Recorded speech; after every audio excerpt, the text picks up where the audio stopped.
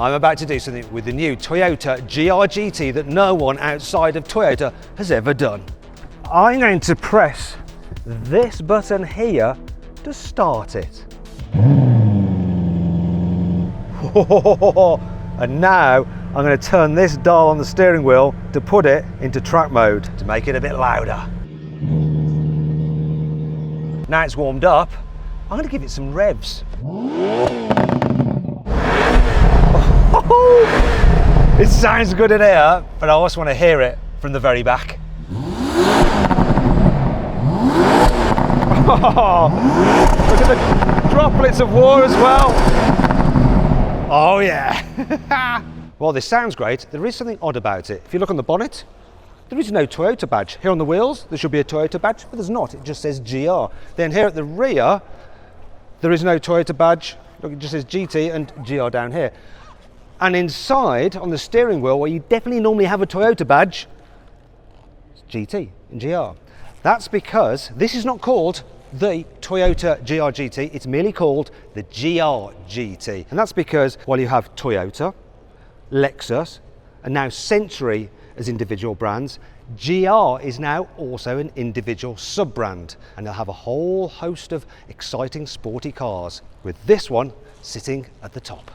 The GT has a couple of firsts for Toyota. Now one of them is this, the chassis. It's made entirely of aluminium, and Toyota have never done that. The roof, the bonnet and the doors are carbon fibre though. It's the first time that Toyota's put a twin turbo petrol V8 into a production car.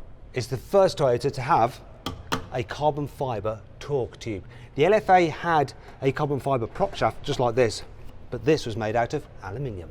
It's the first road car from Toyota that was designed first by the engineers in the wind tunnel, then given to the designers to finesse, not the other way around. And that's why every single vent you see is real. Real, real, real, real. Oh, very real. Real. Oh, I've got to lose my arm in there. Real. Feels like I'm birthing a cow. And all this around here, real, real, real, real, absolutely no fakery. Another first is what Toyota has done with the gearbox. So the power comes along the prop shaft here from the engine at the front, and you have a wet clutch here, but around it is an electric motor. It gives you added assistance for torque fill to reduce turbo lag. Now the engine is always running. This is not like a normal hybrid system. It only provides added grunt when you need it. Anyhow, the power comes in here through the gears. It's an 8-speed automatic gearbox, and this is the first for Toyota. The way they've done this, they send the power then forward again to the limited slip differential here. Toyota's never used this design before, and I must say it's quite unusual. The reason Toyota has gone for this transaxle setup is improved weight distribution. So you have 55% of the car's weight at the rear and 45% at the front, which is unusual for a front engine car. But this is more front mid-engine, because if you look here, you will see that the engine is behind the front axle. As for power and torque, well, Toyota said that this thing will put out over 650 horsepower and 850 newton meters of torque. Toyota has also said that the GR-GT will be able to do more than 320 kilometers an hour, which is 199 miles an hour. So you can bet they'll go over that to at least break the 200 mile an hour barrier, won't they? As a result, they need some big brakes on it. So look, we've got these huge carbon ceramics, these massive Brembo calipers. And to make sure the car handles really well, they fitted it with forged double wishbone suspension at the front and the rear. But there's something else. You'll see here, it's fitted with coilover suspension with adjustable ride height. And if you look at the top there, you can see those wires. It's because they'll be adaptive dampers. Here on the inside, the GR-GT certainly feels the part. So you sit really low in it, in these lovely carbon fibre bucket seats. They are great. And of course you can move them backwards and forwards, but the backs, they're fixed. Also you've got these lovely red seat belts as well, which match the stitching on the seats, and we've got red here around the drive selector as well. You've got a nice sports steering wheel with a flat bottom, and you have your driving modes there with a boost mode, and that's for your stability control setting as well, and your pedal shifters for the gearbox. Also, the switches are really chunky and feel more expensive than in any other Toyota. Now, I can't show you the digital driver's display. I have seen it. It looks familiar, let's just say that, but it's hidden at the moment, as is the main infotainment screen. But this is good. Look, some buttons there. I hope they're for the climate control. There's also a nose lift function there as well. Hopefully Toyota won't charge extra for that like Porsche do. Now the dash is covered in Alcantara, you've got leather, you've got some USB ports cut into the carbon fibre. I'm not entirely sure where you're going to then have the wires. I suppose you'll put your phone in the glove box maybe. As for practicality, there are no door bins here. There's no storage. No storage there. That's for the Mark Levinson stereo, so that should sound good. And where am I going to put my drink? Ah, don't worry, look, see these things here? See those? We have cup holders. And there's the wireless charging pad for your mobile phone. Something I've just noticed, if you look over here, we've got a roll cage, a half roll cage. It combines luxury with hardcore racing features. I like it. While I'm allowed to sit inside the car, what I'm not allowed to do is see underneath the bonnet. Another thing that Toyota won't show me is this, whether it's got an active rear wing, but look at these gaps here. That wing definitely moves. Another thing they haven't said is that this is a production car. They call it a prototype. But look here, see that glass? It's got like an E mark on it, hasn't it? And then when you move down the side and you look at the door mirrors, these are homologated door mirrors, aren't they? There's even got the surround view cameras on there. Why would you need that on just a normal prototype that you're testing? And then if you look at the headlights, these are the things that they often change for road cars from concepts. Look here, look at this. See that? That's an homologated headlamp, isn't it? So I'm betting the production version is going to look identical to this. Now, another thing Toyota hasn't said is the 0 to 60 time. I reckon it's going to be 3 seconds, maybe even lower. They also haven't confirmed the pricing, but people are predicting it's going to be around £150,000, so Porsche 911 GT3 money. Toyota also hasn't confirmed that it's going to be available in the UK. They said yes, there will be Europe-wide sales, and this is a left-hand drive car, but they're definitely going to do a right-hand drive one for the Japanese market. It's going to be sold in the UK too, don't worry. And here's another thing I want to show you. It's a GT3 version of the GR GT, so this will be raced in things like Le Mans and so on and so forth from next year. But why they're doing that? Well, Toyota has this program of testing cars through racing and then putting the features actually on road cars. They do it with the GR Yaris and they'll be doing it with the GR GT. So maybe one day there could be a GT3 version of the GR GT, just like you get a GT3 version of the Porsche 911. There is one other thing I want to show you which could start the rumour mill of rumbling, and it's this. Check out those bolts, have a look. Look at those bolts. What does it say on those bolts? It says Lexus. Now people might be thinking, wait a minute, this is not really going to be a GR GT, it's going to be a Lexus LFA replacement, surely. People are going to want to see a replacement for that car over there. That looks a lot different than this. There is a replacement for that though. This is the LFA concept, so it's a homage to the LFA, but it also hints at a future LFA replacement.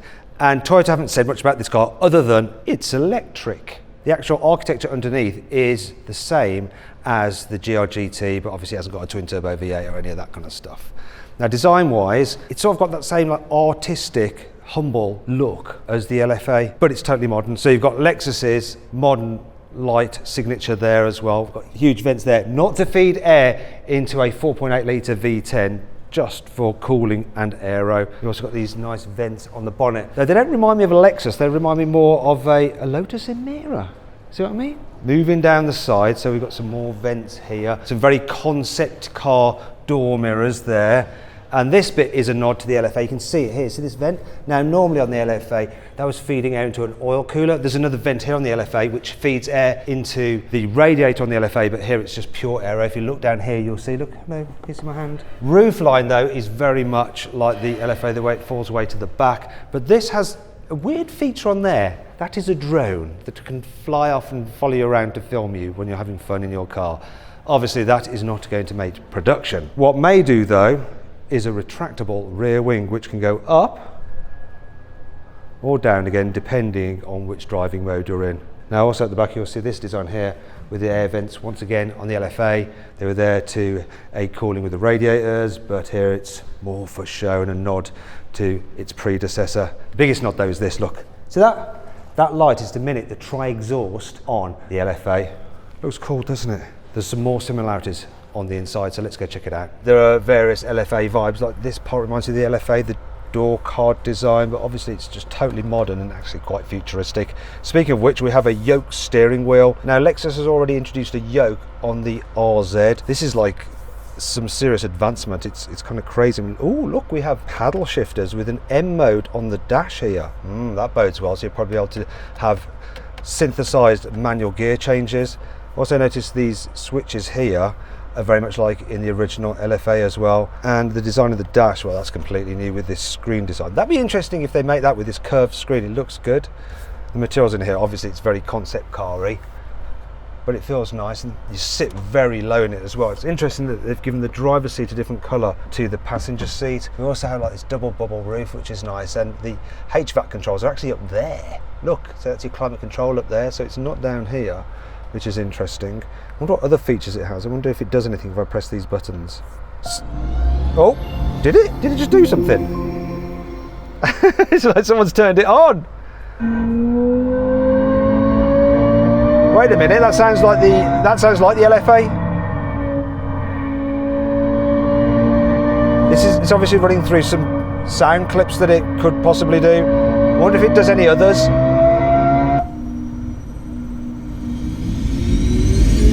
Right, that feels like I'm about to take off. All right. Well, it certainly seems like a lot of fun, but I don't really have much information about the car. I need to speak to someone from Lexus who might be able to help me, because details on this car so far are really, really scarce. And I guess you want to find out more. I want to find out what's going on. I've been on various Toyota and car forums and have compiled a bunch of questions that people like you might have been asking online about this specific car. Now, Toyota engineers and designers are usually quite, secretive. They don't give much away. But I'm an expert investigative journalist, and I can get blood out of a stone. So I'm going to ask the questions now to the car's chief designer and project manager. So, right, first one. This is to the project manager. Why have you abandoned the lovely naturally aspirated V10 for electric power?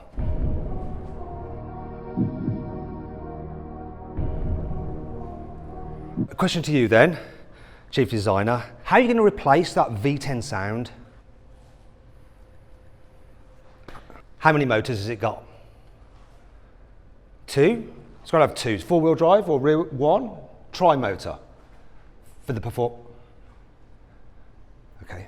Horsepower. You've got to give me horsepower. How much horsepower? When you're designing this car, you've got an idea with the power figure in mind. So what is it? Ballpark. Just ballpark. It's going to have more than the LFA, so 600, 700 horsepower, maybe 800. Looks like 8.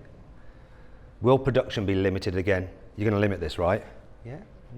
Okay. Price. Looks expensive, £500,000. Bit more? Higher? Just look up for higher, look down. Right, last question, then I'm giving up. Will you get a racing version of this, like you did with the old LFA? Racing electric cars? Does anyone care? Well, thanks guys for your time. Well, I didn't manage to extract any extra information from the guys from Lexus. I was a little bit more successful when I headed out to Japan to get the inside line on a forthcoming Toyota. Now, if you like the original LFA, I've got a banger of video coming out for you soon. It's going to be a drag race of an LFA against a Carrera GT. So make sure you subscribe to this channel so you don't miss that video. Anyway, let me know what you think of the cars you've seen today on this channel in the comments below, and of course give the video a like, and as ever, thanks for watching and I'll see you next time.